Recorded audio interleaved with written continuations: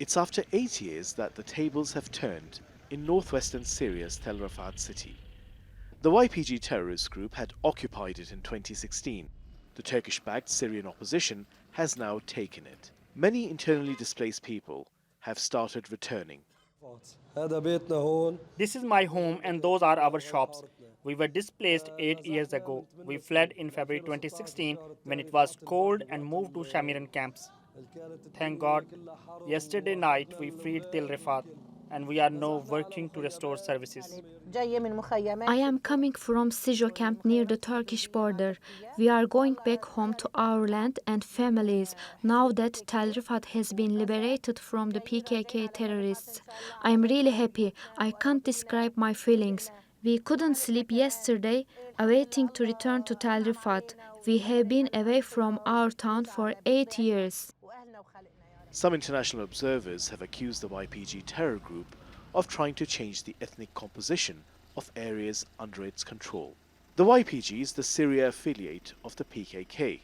The PKK is recognized as a terrorist organization by Türkiye, the United States, the European Union, and others. Assad regime forces, while retreating years ago, handed over some areas in the Aleppo province to the YPG. The Syrian opposition says it will continue to fight for the people of Syria. We see that if the regime doesn't respond to the people's demands, this military operation will continue.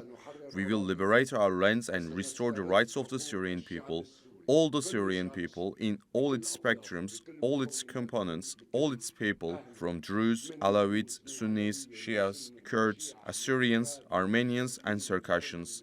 Syria has a rich diversity of all civilizations and all races. As the Syrian opposition consolidates more territory, the Turkish government says it stands vindicated.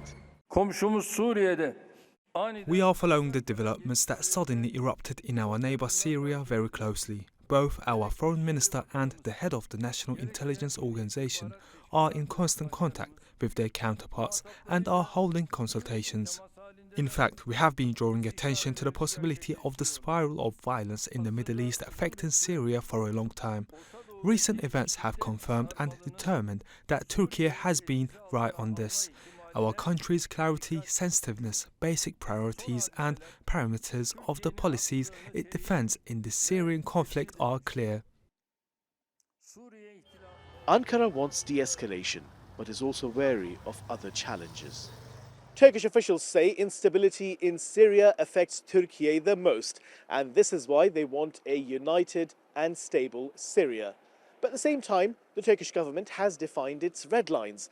They say YPG terrorist organizations using Syrian soil to target Türkiye is a red line. Turkish President Recep Tayyip Erdogan has said that Türkiye is talking to the Assad regime as well to find a solution. But he says if the political solution is not there, then all other options are also on the table.